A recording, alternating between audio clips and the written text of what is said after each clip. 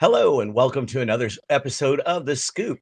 I'm Jim Luff. Joining me today is Jerry Reuther, a true entrepreneur. Welcome to The Scoop, Jerry. Thanks for having me.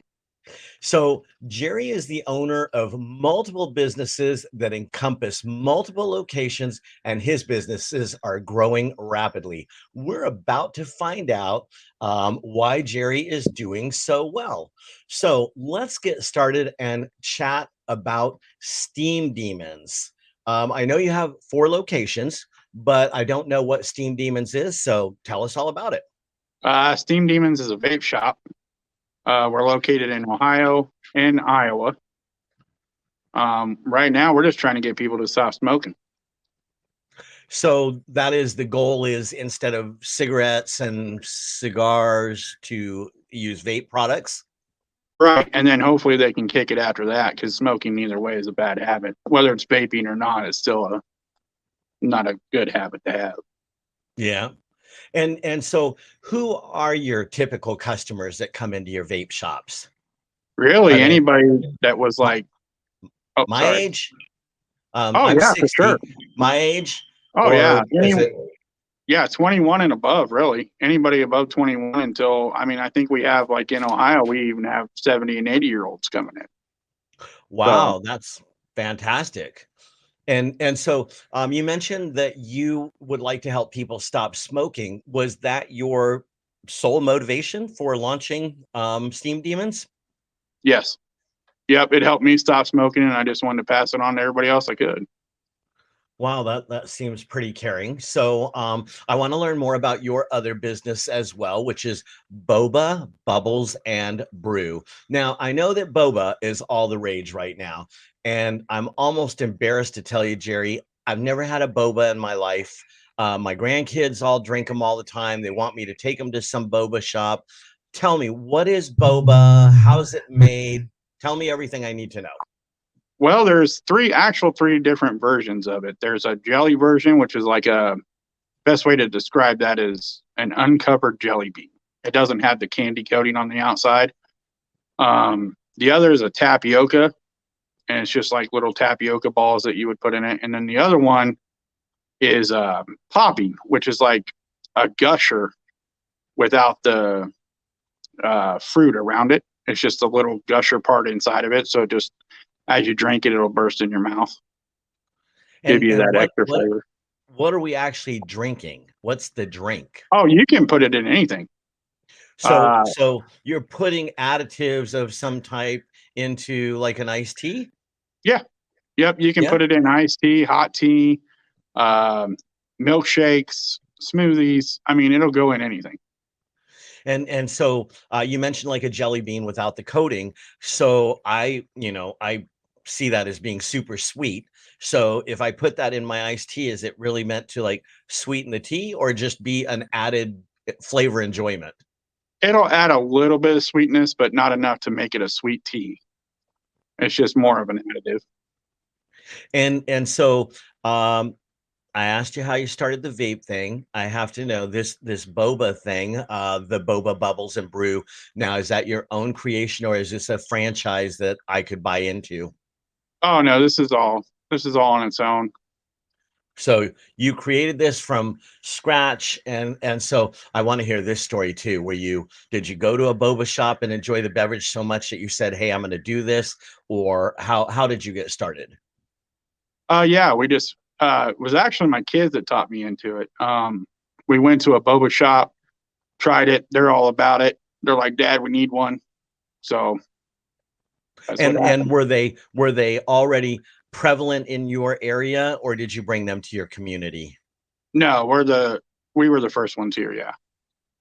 So I'm sure that probably helped fuel the fire of your growth, is that you brought something to your community that nobody else had, and now all of a sudden it was available. So that definitely helps when you don't have competition in the beginning. Right, for sure. Yep. And then these things that you add into the beverages, you create those yourself, or do you buy those somewhere and have them shipped in, or how does that work out? Oh, we have it shipped in. Um, the jellied is about the only thing we've been researching on how to make, but it is actually a very complicated process. Yeah. So Is it something that you could produce in an hour, or is it a days long process, or maybe even weeks long? it's would typically take about a day to produce one flavor of the jellied. So you're looking at, 4 or 5 different flavors. You've got some time you're putting in there. Okay. And yeah, so sounds pretty labor intensive, and with labor intensity goes up the pricing. So somebody's got to do it and get paid for doing it. Let's talk a little bit about the growth of your business and our relationship with your business. I know that first of all, we are your credit card processor, and we love businesses that have multiple locations. Obviously, we make more money when you make more money. And so, in terms of that, how many of your transactions, or let me rephrase that, what would be the percentage of transactions done by credit card or debit card versus those that pay green cash? Oh, it's probably 85% credit card. All right. And so recently you introduced something that we call it zero cost processing. You called it cash discounting when we were talking. It's interchangeably, folks, it's both. Cash discounting and zero processing is one and the same. The concept is basically Jerry has the ability to offer his customers two different prices on the same drink. One is going to be the cash price, and that's the price you're going to pay for good old green cash, and the other is credit card, if you give a credit card to Jerry to pay for it. Now, Jerry, how did you come across the cash discounting process? How Um, did you learn my about that? my rep actually brought it up to me, Elena. Okay. Um, she said it would probably be beneficial to do in the boba shop, so that's where we started with it. Now I'm actually incorporating it into this the vape shops as well. And how have your customers received it? They're they I haven't had any complaints, I guess. They like it. It's nice to be able to get that kind of discount. Um, For you, the merchant, right? oh Or yeah. for the customer? For Oh, both of both, you. It's really both, yeah, win-win for both. both. Right. I mean, because we have a lot of small to medium sized businesses that pay anywhere between 1,200 and 2,500 and up in credit card processing fees. So I'm sure you, as a merchant, to be able to slash that expense out of your business and return that money to the profit level instead of an expense level has been a good thing for you. Am I right? Oh yeah, for sure. It's helped out tremendously doing it that way. And I did have, somebody ask me yesterday in my personal life, how, not knowing that I was in the credit card processing business, but if I had to pay $3 more for something at a trade show, would I actually pay the $3 fee if I could use my credit card? And I said, absolutely. I mean, that's a no-brainer. It's really a convenience kind of thing. And what most consumers don't understand is that you, Jerry, agreeing to take credit cards as payment costs you money, but you do it as a convenience to the customer. Not only that, you do it because 99% of the world these days are paying for things with plastic instead of cash. So if you don't take it, um, I think that people will find another place to do business where they do take it Oh, and for they don't sure. have to carry cash. So, I also heard that you are implementing a new, more robust point of sale system. Now, I'm going to have you talk about that in a second, but for those of you who don't know what a point of sale is, and it's commonly referred to as a POS, the point of sale is your cash register. But a POS system is much more than grandma's old cash register. A point of sale system keeps track of your inventory. It tells you when you need to reorder product. It tells you when you're low on different things. It can tell you what products are moving the best, which products are moving the least. It can even do payroll for you. It can do employee scheduling. And of course, most importantly, it is the point of sale where you collect the credit card payment. But I just want you to know that a point of sale system is a lot more than a cash register, and there are many different levels. Now, when we talk about your level, Jerry, we're talking about an enterprise level where you have multiple locations. And folks, Jerry can literally lay on the beach and see what every single one of his businesses has made in the last hour with a point of sale system in the way that we're talking. So, Jerry, what are you looking at implementing, and what do you hope to gain from it? Right now we're just getting a little bit more in depth. POS, the business was just wouldn't run right without it right now. I mean, it's 100 times quicker than a cash register, way easier to keep track of everything. And like you said, I could be anywhere and look at it. Um, Yeah. we're just Is getting that a little. is that Go ahead. comforting to you as an owner to be able to, really get a pulse on what's going on? Oh yeah, when you got even one business, but when you got five, you got to have a way to check them all the time. You got to keep up to date on your stuff, and then one thing you didn't mention is that it does give you um, your overall percentages as well as to what so essentially your cost of goods, um, which is very, very helpful. So glad you brought that up.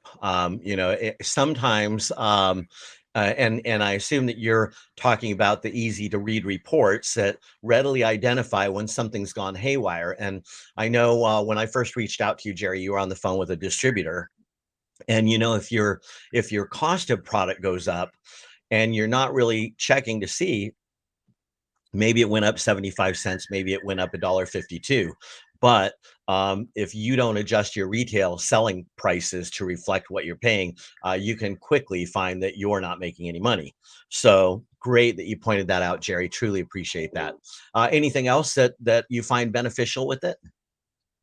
Just I guess just the speed of it is just amazing. How much faster stuff can be done. Like I said, you're not having to type in individual numbers. It's set up so that you can just it's all like push button, real easy to use. Yeah.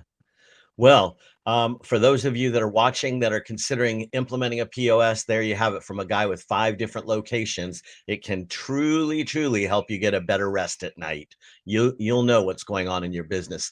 Now, speaking of that, 5 accounts, obviously you trust us with your money. How did we get together, Jerry? How did you find us? How did we find you?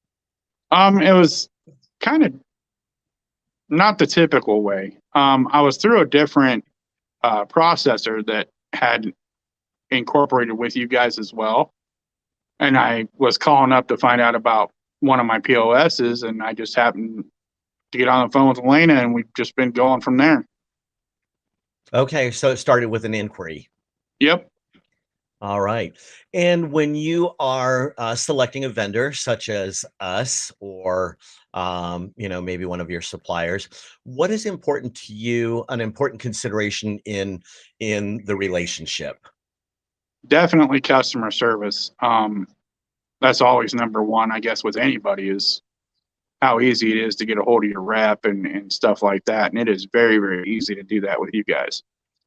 I love hearing that. It's interesting. I ask this question of everybody that comes on the scoop, and some people say honesty is most important. Some people say the pricing is most important.